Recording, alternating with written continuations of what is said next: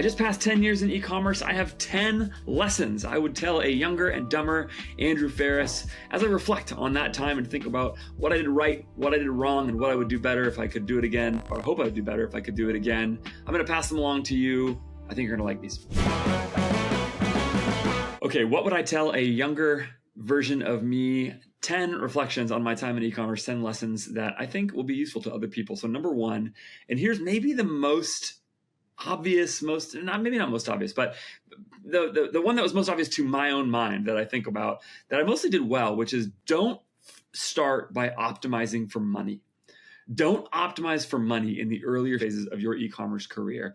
And really, I mean, by earlier phases, at least within the first 3 years, probably, the vast majority of us are just not going to have sort of like gigantic wealth opportunities in those times in our lives, in those first few years. Now, like, there's one way of looking at e-commerce, which is that because you can build a business for relatively little money to start, that you should go and start a business right away on your own and get all the experience you can, lessons you can from doing it all yourself. And there's some wisdom to that. There's some people who are so entrepreneurial, they're just going to do that. But I actually don't think that's the best way forward for most people. The thing that I value so much at this point, 10 years into my career, is experiential capital, intellectual capital that has been built up over more time. And that what I mean by that is like the knowledge that comes from experience in the business. And 10 years ago, there just weren't very many people who were super knowledgeable in e-commerce. E-commerce was extremely young 10 years ago. But over that time, a lot of people, including myself, have learned a lot more. It's actually one of the most encouraging things to me to think about when I think about my time in e-commerce, which is that I am so much better at this than I was 10 years ago. I'm so much better at this than I was 2 years ago, I think. And that makes me really optimistic because I assume that trajectory will continue as long as I don't get too lazy. And I will be a lot better at this in another 2 years and another 5 years and so on, okay? And so part of the reason I am so much better at it now than I was before is because I have had opportunities to be with people in the early stages of my career who taught me a lot and from whom I learned a lot. And so this is the thing I would tell people to do is in the earlier stages of your career, especially, optimize for getting as much time as possible with the smartest people you can. Like, the realistic difference between how much money you can make by taking, let's say you're deciding between a couple jobs or thinking about switching organizations, like most of those decisions are worth 10 to 20 grand in salary per year, maybe even less than that, depending on a few factors and after taxes and all that, right? If you're deciding between like leaving an organization you like now and going to a new one because, there's more money at this new one, those kinds of things, like those kinds of decisions are not worth that much money to you in the short term. But in the long term, your knowledge and your relationships and your, especially your developing skill set is just worth so much more to you because you will end up over the long term creating way more leverage on skills that develop over time. And overwhelmingly, that's about being with the right people in the right position earlier on in your career. If you have that, if you have somebody in your organization right now who is really smart, who you think really gets it, they're going to be wrong about things, but who really, really gets it, do everything you can to get into as many rooms as you possibly can with those people and be near to them. For me, I got to do this side by side, normally working for Taylor Holiday really directly. And that was an incredible gift to me. And Taylor and I are still very good friends.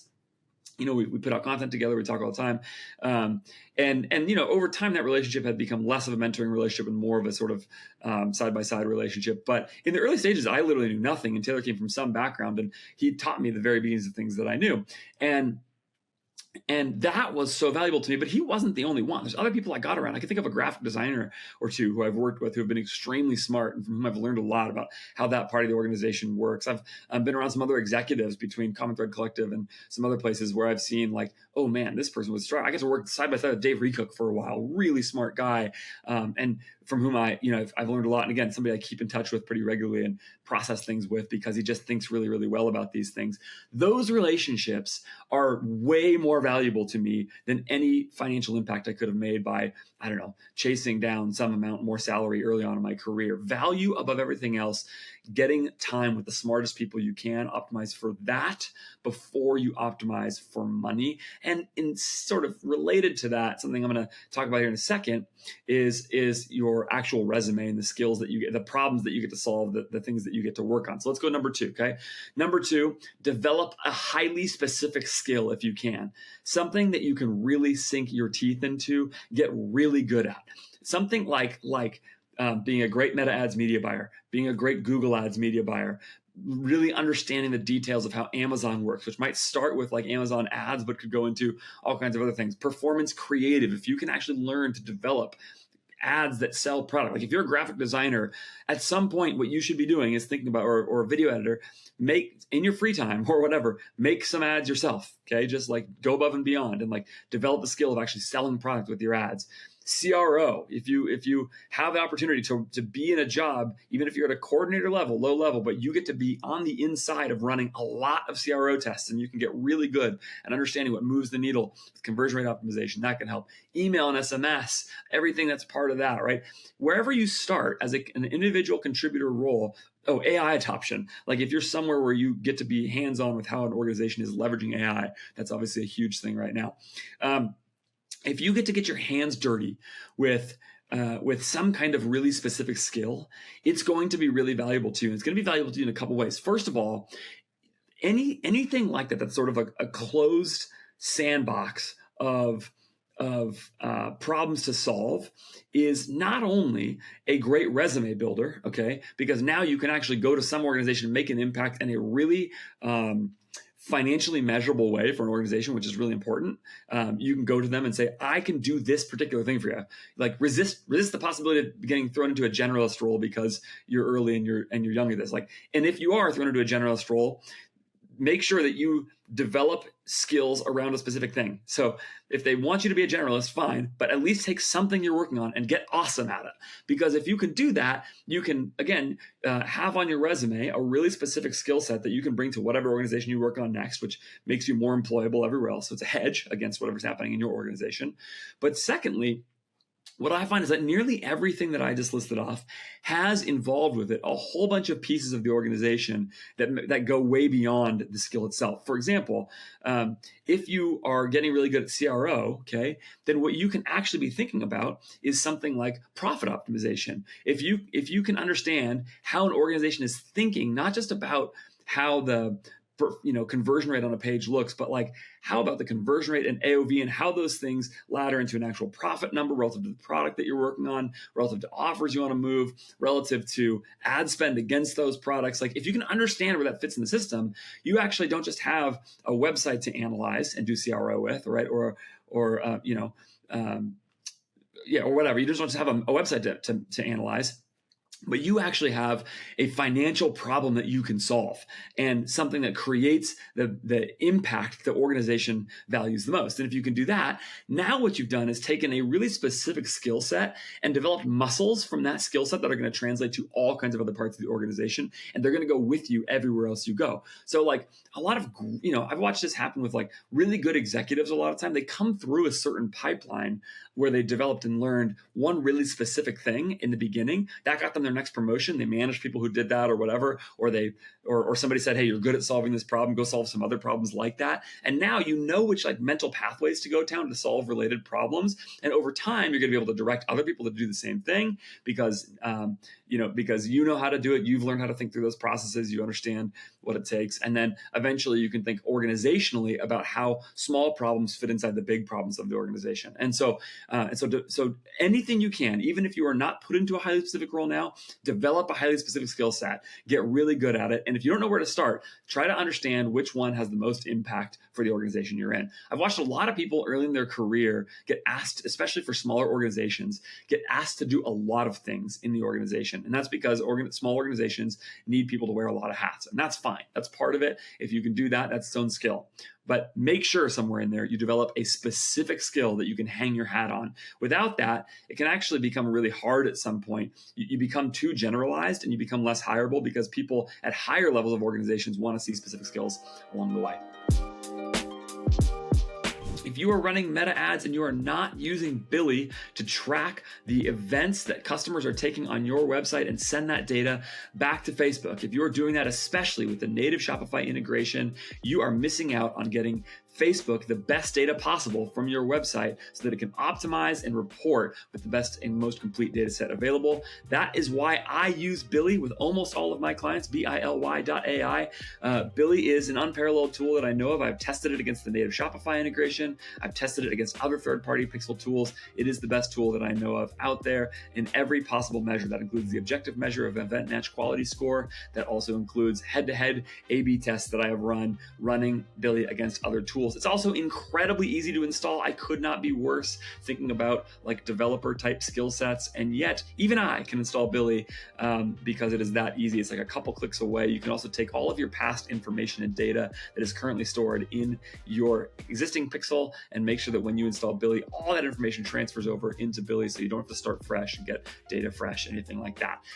BILY is also really affordable. It is just a great tool and even can replace Google Tag Manager basically completely with a couple clicks. You can track enhanced conversions in Google Ads. You can get GA4 installed, every other tool, every other platform you're running, like TikTok, if you're running X ads, any of those things, it's all right there. They also even have an attribution platform tool built into the tool at no extra charge. Go check out BILY, BILY.ai to get started with the best meta ads conversion tracking available today. Okay, number 3. This is related to my number 1 point, but I'm going to say it similarly because it's so important.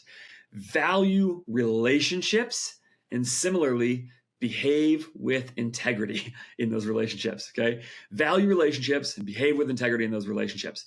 The very simple idea here is everybody talks to everybody. The e-commerce world and pretty much every business world that I've been around is actually pretty small. Word travels much faster than you realize about who is good and who is not. I can think of somebody right now in an organization that I've done some work with who is beloved by the leadership in that organization. They take very seriously this person's development because this person has worked hard, is really talented, and cares. And this person right now is not making the most money that they will ever make. They will make more money later, and that is fine. They don't need to optimize for making the most money now. They should maintain everything they can with maintain the relationships they can with those people in those rooms and do a great job in that setting, because when they go on to go to the next place, at some point somebody's going to call for a recommendation and the executives in that organization are going to say, yep, this person is excellent, and that's going to matter. Or even besides that person calling, the executives are going to say, oh my gosh, you should hear about, this person on my team. They're so good. And suddenly, over enough time, enough of those conversations are going to happen. It's word of mouth referral marketing is what it is, right? People are going to talk about all these things. The world of that space is not that big, which also has a reverse implication, which is that if you are not very good, people will talk about that too. They will know it. You will burn bridges, and word will travel at some point. Now, you can make it for a while.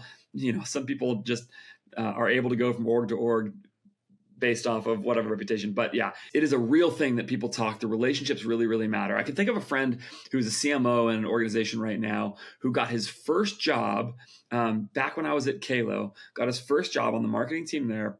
And, very intro stage, but he really valued the relationships, was a super team player. And since that time has just gotten promoted and promoted and promoted and promoted into better and better and more opportunities. And that has led to a really, really good career for him. And a lot of those opportunities have been with people from that original relational sphere that he was in, maintain those relationships. So not only did those people that he first talked to other people in their networks about him. So he eventually got jobs in the network of those people, even not directly connected to them, but then eventually worked with those same people again as well. So circled back in both directions. It was both the network and the individuals themselves. So really value the relationships, get to know people, work hard for them, have integrity in those relationships, behave in a way that people are going to want to hire you and to pass your name along and to recommend you and all those things. It will pay off really, really deeply. It's very similar to the concept of don't optimize for money first. So similarly, if you can do those two things together, find really smart people, be around them a lot, and then value the relationships and behave with integrity in them, those two things alone will get you extremely far. Number 4, start engaging online. start engaging online. I owe this directly to Taylor Holiday, who told me very early on in my e-commerce career to start a Twitter account or start engaging on Twitter about work stuff. And I was like, I don't really get it. In those days, it was like, I felt like I didn't know enough to offer my opinions. I felt like all this imposter syndrome. I'd come from a different career entirely. But I just started doing that. I started replying, I started tweeting. And I now have a moderate sized following on X, and I have not really ever put that much effort into like really trying to grow it. Here and there I'll do some stuff where it's, read different people and about how to grow your X account or whatever. But I got other things to do that are more pressing to me. I'm happy to kind of let it grow slowly. And so slowly but surely it has grown. And that has allowed me to have more influence in the space. When I went and ended up with an agency of my own, I just have never had a client lead flow problem. Part of that's because I'm not building a very big agency, but it's just been really easy for me to maintain work and to maintain opportunities because I've built an online presence that has been good. And that gives me all kinds of leverage as an individual in the relationships I choose to say yes to and no to in the space, including obviously in the business relationships. You also get a chance to learn a lot from a lot of smart people. Everybody underrates this. I talk about it a lot right now, but everybody underrates this. There is so much free knowledge on X. I'm sure there is on LinkedIn as well. I'm sure there is in ECF Live or e-commerce fuel, whatever online community you choose. There's all of these different places where you can do this and where you can generate relationships that really matter and get a whole bunch of knowledge. It's also just fun. Like there's just sparring with people or chatting with people in those places. You meet people at conferences that you've had a bunch of interactions with online, and it's just like, oh, you've got a friend now when you go there, and there's somebody who, and you go to dinner and get to know each other. I think about going to dinner. The last conference I went to was an e-commerce roundtable in San Diego. For the first time, got to meet Nate Lagos in person and Sarah Levenger in person, and the three of us, and then Aaron Orndorff went to dinner together, and that was great. Aaron was somebody I first met on X or somebody on Twitter, right? And that we started a relationship there. He's become a good friend. Like there's all of that kind of stuff really matters, and those are also people who are all doing really good stuff in the world of e-commerce. They're all really smart, really talented people who's got their hands in a bunch of different organizations and opportunities. And now I have network like that because of them. And that's really, really helpful. I've sent, I think, all of those people business at times. They probably all sent me business at times. Like I don't even remember, but it just really matters. So start engaging, even if it's in small ways. Don't worry that you don't have the biggest platform right away, really fast. The simple thing to do, by the way, if you want to know, like highly practically, one way to do this is to be a reply guy on X, like on e-commerce Twitter. Just go in there, find followers, find accounts, go search for my list, Titans of DTC. That's what it's called, right? And just like go on that list and start replying to people. When you have something thoughtful to say, when you have a question, when you have an idea, just jump in there, get in a conversation. Over a 5-year time window, you'll get followers, you'll get engagement there, and that is a really, really powerful thing. It's been really important for me, and so I'm really glad that Taylor forced me to do that because it's really mattered. Thanks, Taylor. Number 5. Try to get experience across a range of organization types if you can. Now, this could contradict what I said earlier. Number 1, number 3, value relationships, don't optimize for money. But I think this is really helpful as well. This is something for me that has been really useful. So my journey, I started on the brand side at Kalo. Okay, so in a D2C brand. Then I moved to an agency, Common Thread Collective. Then I became an executive at Common Thread Collective. So that was sort of very different kinds of work, right? If you're an agency, if you're a strategist working on actual accounts, that's really different than being an agency executive, okay? So very, very different type of experience there. Then we went over to an aggregator, 4x400. We're acquiring brands, which I eventually got to run. Okay, so that was really different again. So brand, agency, aggregator. Then I freelanced, and now I have a boutique agency of my own, okay? And I think that that's been one of the greatest strengths that I've had, has been the ability to understand how the e-commerce world works from a lot of different perspectives, from the brand perspective, from the agency perspective, from the only one I don't have yet is a software perspective. But and while that's probably not going to happen anytime soon, it would have been useful somewhere in the process as well to understand kind of how they're thinking about their role in the ecosystem. It's made it so that I can relate to a lot of people in a lot of different places and basically take a core set of skills and apply them in really different ways in different sets of organizations. I think it's helped me have a lot of vision for what works and what doesn't work from a lot of different seats. And now when I talk to CEOs and when I talk to intro level employees and something like that. I have some feel for what their life is like. It's really, really helpful. So if there's an opportunity at some point, if you're weighing job opportunities, all other things being equal, again, earlier in your stage, earlier in your journey, if you're taking my advice, don't optimize for money in the earlier stage, right? This is another thing you can optimize for instead. If you're looking at different places to go, you're ready to leave your brand, you're ready to leave your agency, whatever it is, knowing nothing else about the situation, choose the one that's not like your past experience. You're going to learn a lot more from that. If you are growing in your e-commerce career and you want a place to develop specific skills, I have a great place for you to do that, and that is Admission from Common Thread Collective. Admission will be the deep dive that you need to develop the skill set that will carry you through your e-commerce career. Whether you're an operator, an entrepreneur growing a business right now, and you need to get your hands dirty with meta ads, understand the details at an earlier stage of your business of what makes a profitable, high cash flowing e-commerce business, how you actually build that at the level of P&L, cash flow, all those things, or whether you are like a media buyer type trying to develop skills around meta ads, Google ads, anything like that, Admission is an unparalleled resource. It is basically e-commerce university down from the mind of Taylor Holiday, who I mentioned a lot of times in this episode because he has been such a big influence on me. It also includes monthly Q&As and private webinars with Taylor, so you can get a little bit of his mind the way that I have over my career, as well as a weekly private webinar with others. And if you use my link, which is in the show notes for this episode, you actually get a free coaching call with media buyers from CTC to look over the shoulder of your ad account, help solve some problems for an hour. That is incredibly valuable. I can't believe how much money people waste on meta ads because they don't take advantage of free coaching calls from my link from Admission. Like, it's just crazy. They just throw away hundreds of thousands of dollars on agency carousels, on bad media buying, all kinds of different situations get in the way of them doing their best. You should be using that tool. Admission really is unparalleled. If you're trying to grow in your career, if you're trying to grow your e-commerce business, if you are spending less than 50 grand a month on meta ads right now, you should join Admission today to get all the best knowledge you possibly can so that you can build a profitable, growing e-commerce business or have one part in it as a media buyer or as a creative strategist type person, growing brands with ads. Join Admission today. Number 6. Write. W-R-I-T-E. Write. Write. Any chance you can, you should write, whether it's for private consumption or public consumption. Writing has an unparalleled ability to sharpen your thinking.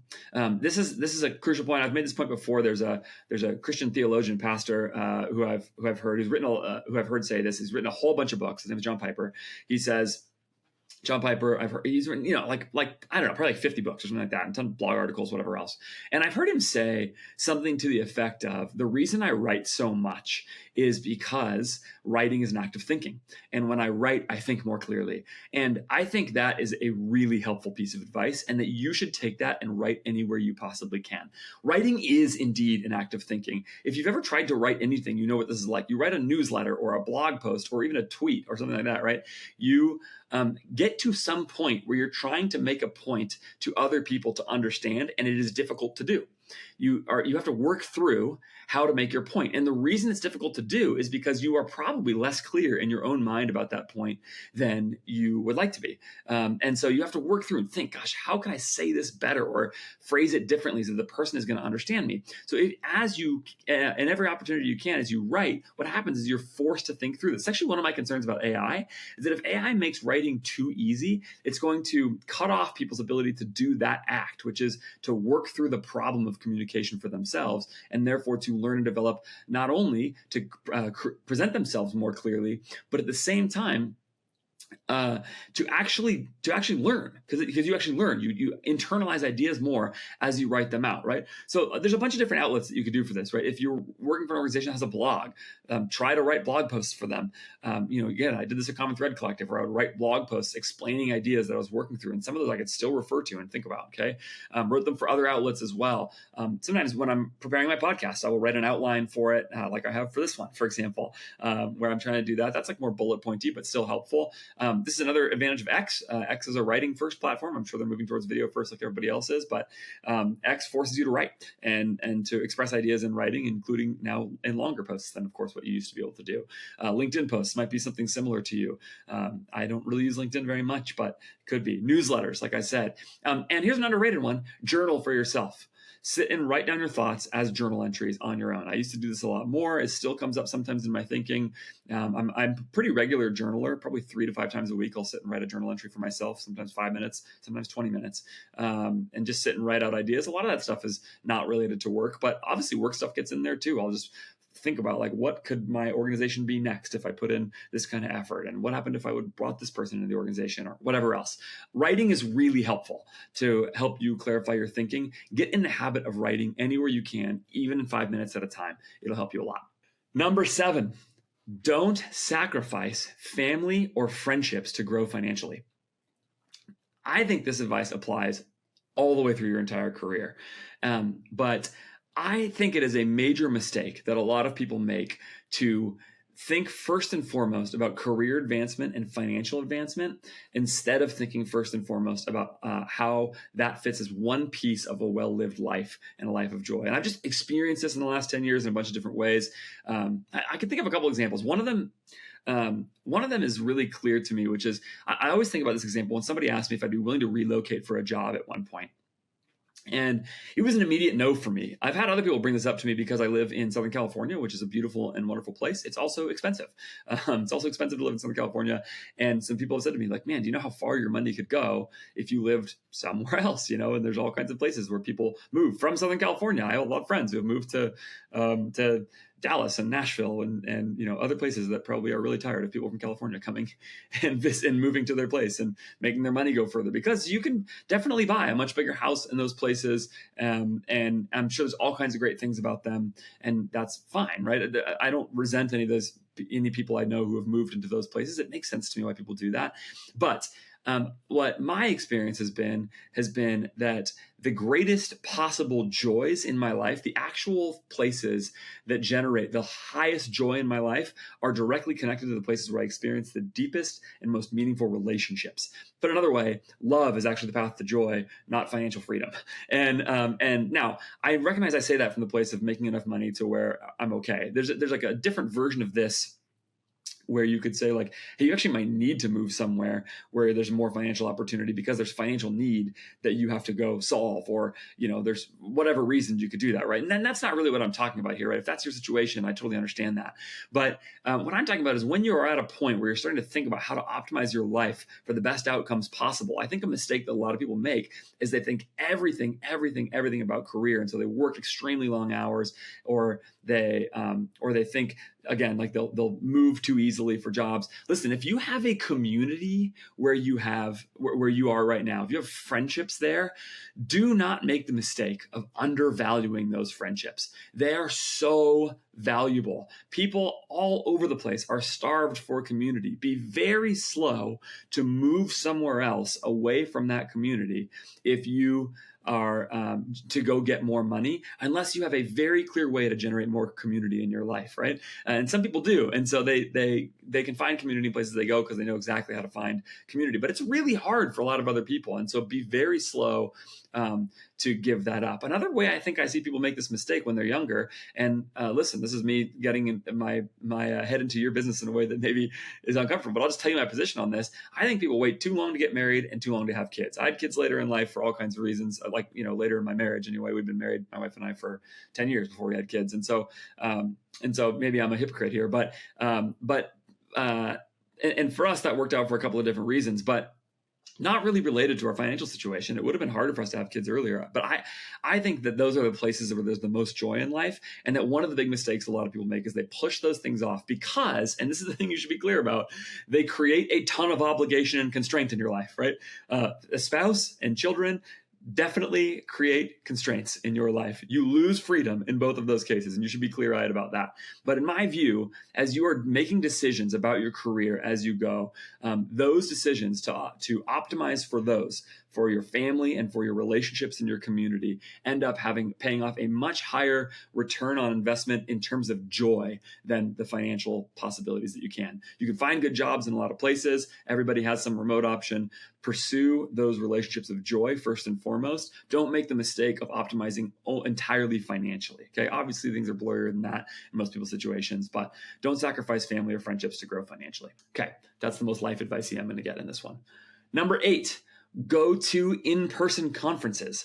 It is popular to make fun of conferences or to think of them as lame, and I get it if you're going to all of them all the time. If you're a salesperson, that's your whole life. They probably all get old. But I love going to conferences as a change up from my regular thing. I probably really only get to about one a year for a couple days at a time. But every time I go to conferences, there's one thing that happens at a conference in the industry that I sort of can't get anywhere else. And conferences are unparalleled at getting me unstuck from my thought processes. Or what I mean is opening up my field of vision for what thought processes are out there and available to me in the ecosystem of D2C or e-commerce or retail business, whatever you want to call it, that otherwise I'm just not seeing. You go to conferences and you hear different people talk and you realize people are thinking about problems in all kinds of different ways. They're having experiences that are really, really different. In some ways, this is an extension of what I'm saying about getting into as many organization types as possible.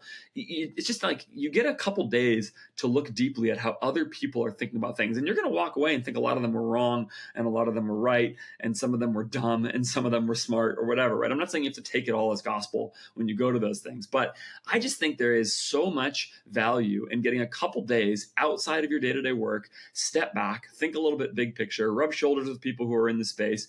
I could think of a little story I heard from being at some conference at some point from a guy who had just like a really, really good resume. And I just happened to sit next to him. We were talking shop, and I still think about it. I still think about oh, this guy had this really good insight about how to think about the place of advertising in an e-commerce organization as it expands to omnichannel. And I think about his point all the time because he really knew something. And it was just, I wouldn't have had that opportunity if I wouldn't have gotten near him. It can become too much. They can become expensive. They can be a waste of time if you're doing them all the time. I get all that. But I think they're really useful. On top of that, they're fun. Like I said earlier, I got to go to dinner with Nate Lagos, Sarah Levenger, and Aaron Orndorff last time I went to a conference. You know what I can tell you about those three people? They're delightful to hang out with. They're awesome. I like them all so much. They're good quality people who are all like just a good time to spend time with. And in keeping with my earlier point, value the relationships. The relationships are maybe the most important thing in the whole thing. So go to conferences anytime you can.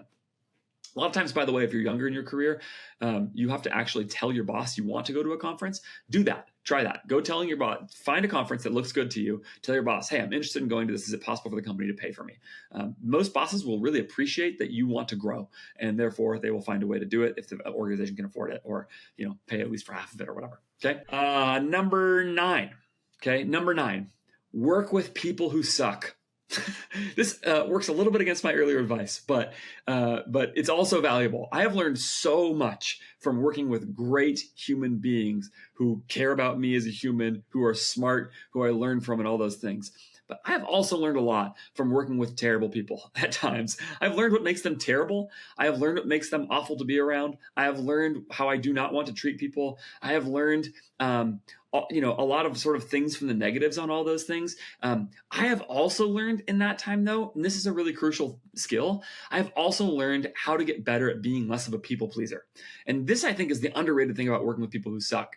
If you work with people who suck, especially if they're a coworker who outranks you, or if you are working in an agency and they're a client, in both of those scenarios, it's very hard to advocate for yourself a lot of times unless you are extremely good at being disagreeable. And that's not most people, I don't think. I think most people are pretty nice and have some higher level of agreeableness as a personality trait. And so it is hard to find. You need to develop the skill of disagreeableness is what I'm saying. And people who suck are often the best people to learn that skill with, because they will sort of take the everyday low-level tensions that you can live with and just be agreeable about forever, and they will make them too tense. They will make your life too difficult to just sort of go with it. They will eat up your time. You'll have anxiety about it. And when you have those situations, it gives you an opportunity to learn how to advocate for the ideas that are right in the right times. They will also sometimes force you to get more humble, in the sense of maybe sometimes somebody is pushing back on an idea really aggressively because they're really disagreeable, and maybe they're even doing it in a mean way, and it will force you to articulate an idea better. It will force you to think, oh man, do I really believe the thing I'm telling this person to do? Do I really believe in the work that I'm putting forward or not? And so working with people who suck has a way of creating tension in your life that is really, really good. Relational tension is potential energy. Okay, relational tension is potential energy in your work life and probably in all of your relationships in some way or another. And the more that you avoid the relational tension and let it sit there, the more the energy remains potential. But if you can actually find a way to step into the tension and address it and work on things head on, it can actually be a great catalyst for making growth happen in different organizations. So if you can move towards different ones of those. Now, oftentimes the people who really suck are not actually the people who are going to where the tension will turn into kinetic energy, will turn into actualized energy, right? Because they're just going to suck forever, and who knows if they'll ever listen to you. That is the reality in some situations. Like if you've been in client services for a while, you know what I'm talking about. There's people who are just kind of disasters, okay? But in other cases, you can actually instead take more normal levels of disagreement and get better at stepping into it and using those kinds of disagreements to get solutions to problems. This can be really, really valuable. And it's just an important skill in life to find ways to kind of advocate for your position at different times. I give you so many stories. Let me just give you one of them. Okay. One of the first clients I ever had at CTC, who was actually the most valuable client CTC had at the time. Taylor passed those clients to me and said, work with these people. Okay. And there was two partners in the organization. One of them was a really, really nice guy, easy to work with, smart, all those things. The second guy sucked. He was a monster. One of the worst clients I've dealt with. I'm sure I'd be fine dealing with him today, but especially as a guy who was pretty green, really my first time ever in client services. And again, a people pleaser. He was very hard for me to deal with. At one point, he sent an email where the last two words of the email, because he disagreed with some analysis I had given, right? The last two words of the email were, it was like period, end of sentence, and then the next sentence, and the last sentence in the email, simple math, period.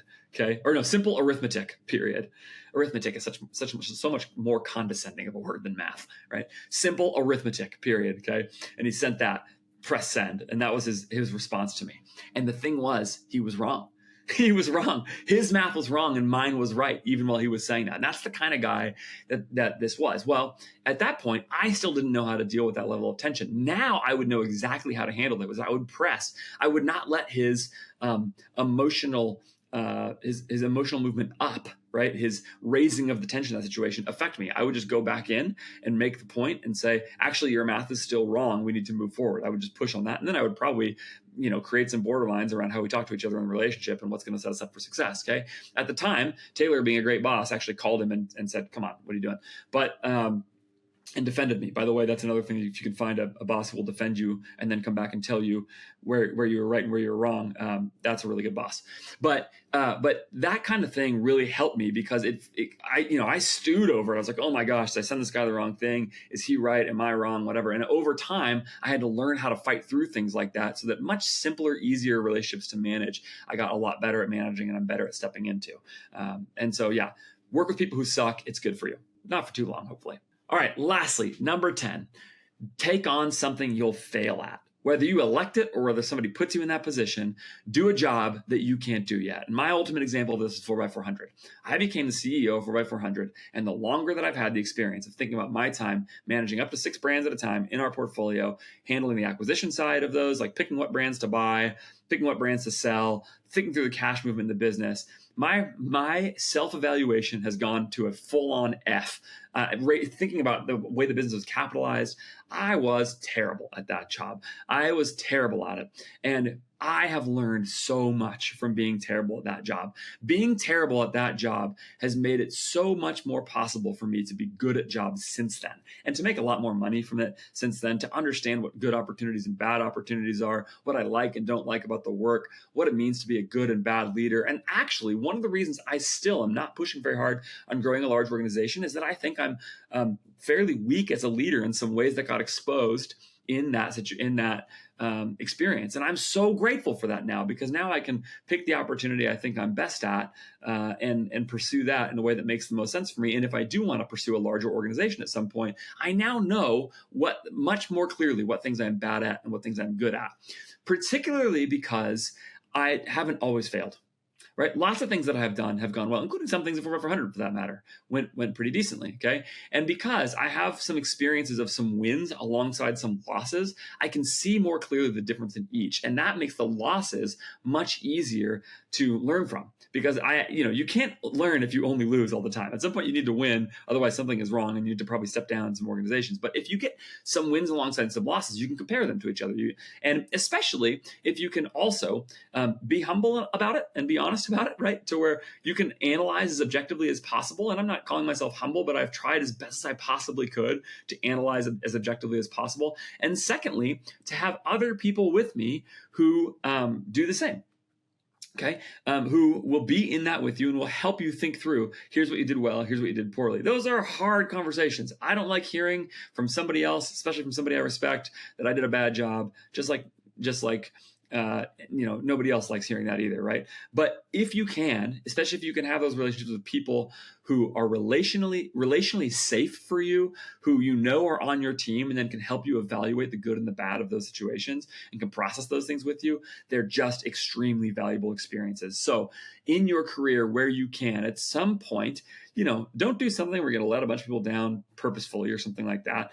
Don't go so far out of the way to be bad at something. I'm not saying that. But if there's an opportunity to take on something challenging that you might fail at and you have any nervousness about doing that, try it anyway and see what can happen, and surround yourself with some people who can evaluate it with you and be honest about it. And when you have failures along the way, know that that's part of the deal. Everybody has failures along the way. The best thing you can do is learn from them, because they will actually make your next success better. I'm really convinced of that. I believe part of the reason, as I said earlier, that I'm a lot better at this than I used to be is because I was so bad at it 4x400. I really think that was a necessary step for me, and trying to avoid that kind of step actually would have been a mistake.